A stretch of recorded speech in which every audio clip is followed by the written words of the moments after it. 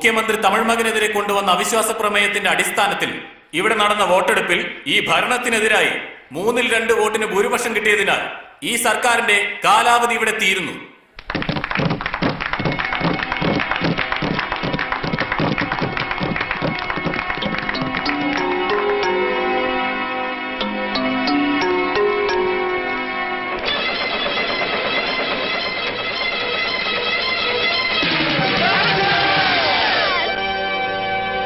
കേരളത്തിലെ അവിശ്വാസ പ്രമേയം പാസ്സായതിനു ശേഷം അടുത്ത മാസം 15-ാം തീയതി പൊതു തെരഞ്ഞെടുപ്പ് നടത്താൻ തീരുമാനിച്ചു. ഇതിനുവേണ്ട മുന്നൊരുക്കങ്ങളെല്ലാം ഈ മാസം 15-ാം തീയതിക്ക് മുമ്പേ തീർക്കുമെന്നും ഇലക്ഷൻ കമ്മീഷൻ അറിയിച്ചിട്ടുള്ളതാണ്.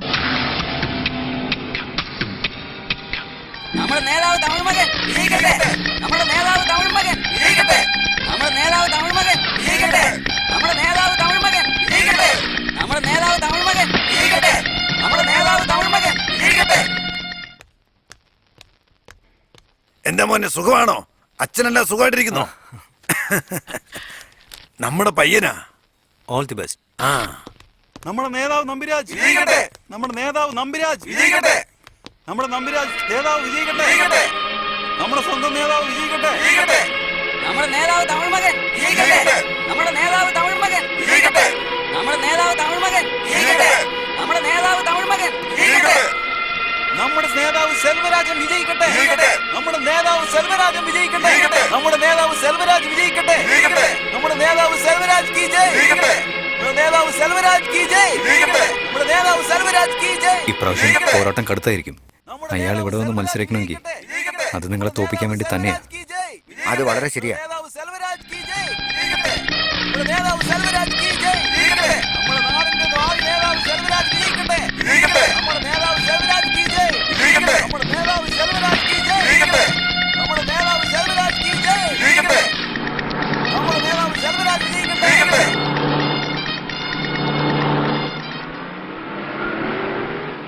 എന്നെ കാണുമ്പോഴെല്ലാം എഴുന്നേറ്റ് നിന്ന് തൊഴുതുകൊണ്ടിരുന്നവർ ഇന്നത്തെ ഇലക്ഷൻ എന്നെ എതിർത്ത് നിൽക്കണമെന്നുണ്ടെങ്കിൽ ഒന്നെങ്കിൽ നമുക്ക് കഴിവ് കുറഞ്ഞു പോയെന്നർത്ഥം, അല്ലെങ്കിൽ അവനൊക്കെ നമ്മളെ പേടിയില്ലെന്നർത്ഥം.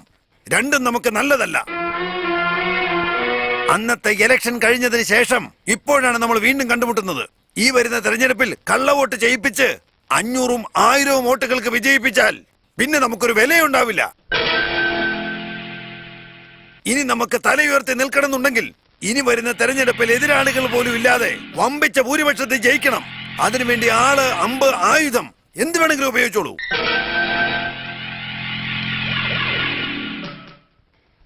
തിരുവനന്തപുരത്ത് മത്സരിക്കേണ്ടിയിരുന്ന ഞാൻ ഇന്ന് എറണാകുളത്ത് വന്ന് മത്സരിക്കാനുണ്ടായിരുന്ന കാരണം ഈ തമിഴ് മകൻ ഒരു മരണമണി അടിക്കാനാണ്.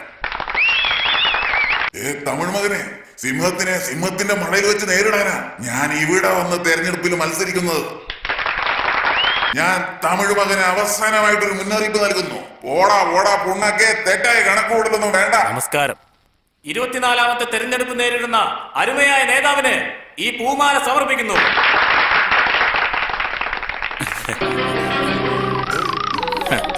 മര്യാദക്ക് എന്റെ കൂടെ വന്നു, ഇല്ലെങ്കിൽ ഈ കത്തി കൊണ്ടൊരൊറ്റ കുത്ത.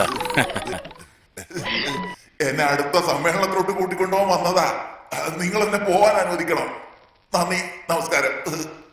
വിപ്ലവ നായകൻ സെൽവരാജ് വിജയിക്കട്ടെ. വിപ്ലവ നായകൻ സെൽവരാജ് വിജയിക്കട്ടെ. ഇറങ്ങ്. ഞാൻ പറഞ്ഞതൊക്കെ ഓർമ്മയുണ്ടല്ലോ. നാളെ ആദ്യം തന്നെ എന്താ ചെയ്യുന്നേ? ഇലക്ഷൻ ഞാൻ പെരുമാറിക്കോളാം. ഇനി മുതൽ ഇലക്ഷനിൽ നിൽക്കുവോ? ഇല്ല, റോഡ് സൈഡ് പോലും നിൽക്കത്തില്ല. പോടാ.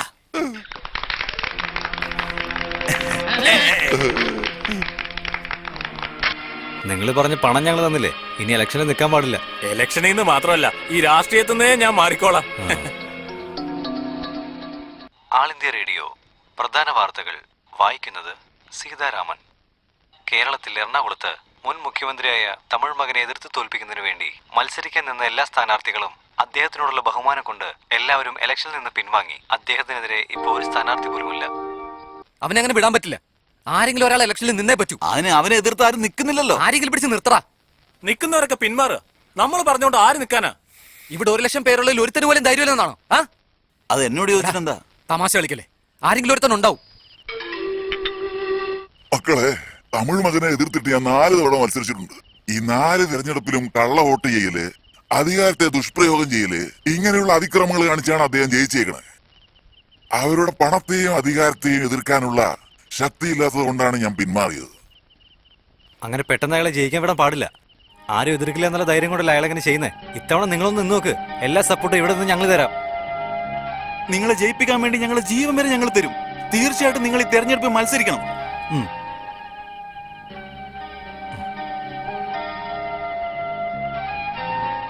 നിങ്ങൾ ഇത്രയും പറയുന്നത് കൊണ്ട് ഞാൻ ഈ തെരഞ്ഞെടുപ്പ് മത്സരിക്കാം. നാളെ രാവിലെ ഗാന്ധി സ്മൃതിയുടെ അടുത്ത് വന്നിട്ട് മഹാത്മാവിനൊരു മാലയിട്ട് നമുക്കെല്ലാവരും ഒന്നിച്ചു പോയിട്ട് പത്രിക സമർപ്പിക്കാം. നമ്മുടെ സ്ഥാനാർത്ഥി തങ്കരാജ് വിജയിക്കട്ടെ. നമ്മുടെ സ്ഥാനാർത്ഥി തങ്കരാജ് നമ്മുടെ നാടിന്റെ വീര പോരാളി കേരളത്തിന്റെ സ്വന്തം ബ്ലേഡ്, കേരളത്തിന്റെ സ്വന്തം പണം.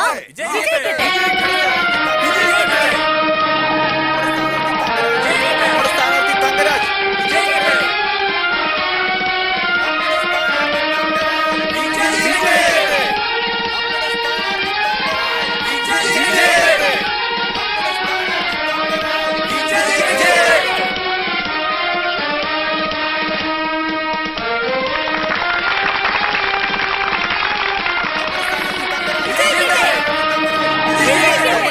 തങ്കരാജ് വിജയിക്കട്ടെ. നമ്മുടെ സ്ഥാനാർത്ഥി തങ്കരാജ് വിജയിക്കട്ടെ. നമ്മുടെ സ്ഥാനാർത്ഥി തങ്കരാജ് വിജയിക്കട്ടെ. നമ്മുടെ സ്ഥാനാർത്ഥി തങ്കരാജ് വിജയിക്കട്ടെ. നമ്മുടെ സ്ഥാനാർത്ഥി തങ്കരാജ് വിജയിക്കട്ടെ.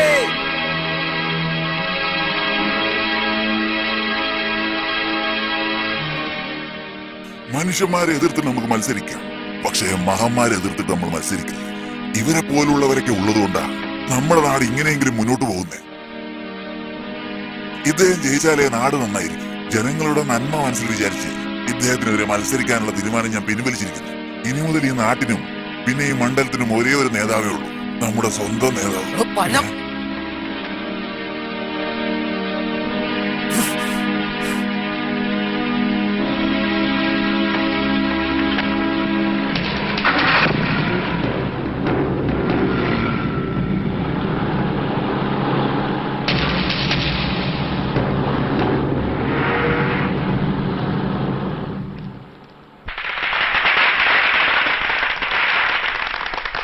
നമ്മുടെ നേതാവ് തമിഴ് മകൻ വിജയിക്കട്ടെ.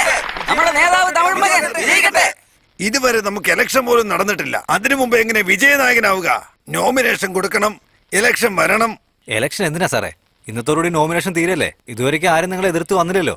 ഇനി ആരെങ്കിലും വന്നാൽ തന്നെ ജയിക്കും തോന്നുന്നുണ്ടോ? നിങ്ങൾ എന്തായാലും ജയിച്ച പോലെയല്ലേ?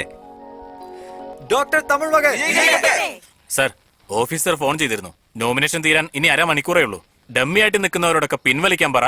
നേതാവ് തമിഴ് മകൻ ജയിച്ചതായിട്ട് ഡിക്ലെയർ ചെയ്യാൻ പറയുന്നു. എതിരാളികളിൽ തെരഞ്ഞെടുക്കപ്പെട്ട വിജയനായകൻ. എതിരാളികളിൽ തെരഞ്ഞെടുക്കപ്പെട്ട വിജയനായകൻ. എതിരാളികളിൽ തെരഞ്ഞെടുക്കപ്പെട്ട വിജയനായകൻ. എതിരാളികളിൽ തെരഞ്ഞെടുക്കപ്പെട്ട വിജയനായകൻ. എതിരാളികളിൽ തെരഞ്ഞെടുക്കപ്പെട്ട വിജയനായകൻ. എതിരാളികളിൽ തെരഞ്ഞെടുക്കപ്പെട്ട വിജയനായകൻ. എതിരാളികളിൽ തെരഞ്ഞെടുക്കപ്പെട്ട വിജയനായകൻ. എതിരാളികളിൽ തെരഞ്ഞെടുക്കപ്പെട്ട വിജയനായകൻ.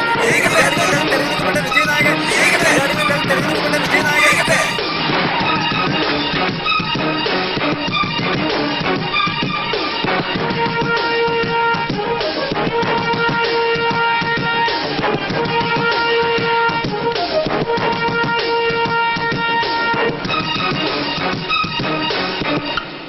കൺഗ്രാറ്റ്സ്. എതിർപ്പില്ലാതെ ജയിക്കാൻ പോകണല്ലോ. എന്നോട് എതിർക്കാൻ ഒരുത്തിനും ആവില്ല. 1-2 വർഷമല്ല, 35 വർഷത്തെ പാരമ്പര്യമുണ്ട് എനിക്ക്.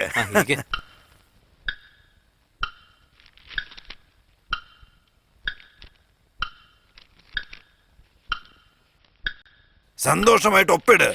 നിങ്ങൾക്ക് വേറെ മന്ത്രിസ്ഥാനം തരാന്ന് പറഞ്ഞില്ലേ? നമ്മുടെ വിപ്ലവ നായകൻ വിജയിക്കട്ടെ. വിജയിക്കട്ടെ.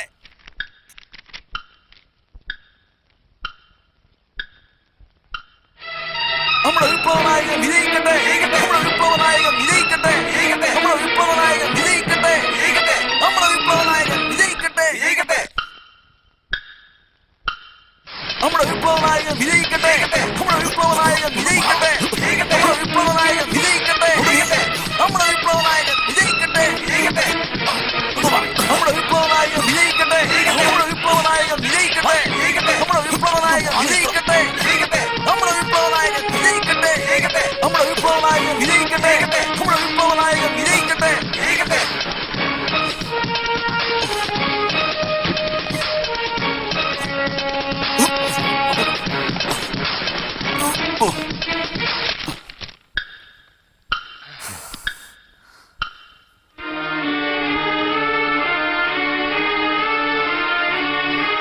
മോനെ, ഇത് രാഷ്ട്രീയമാണ്.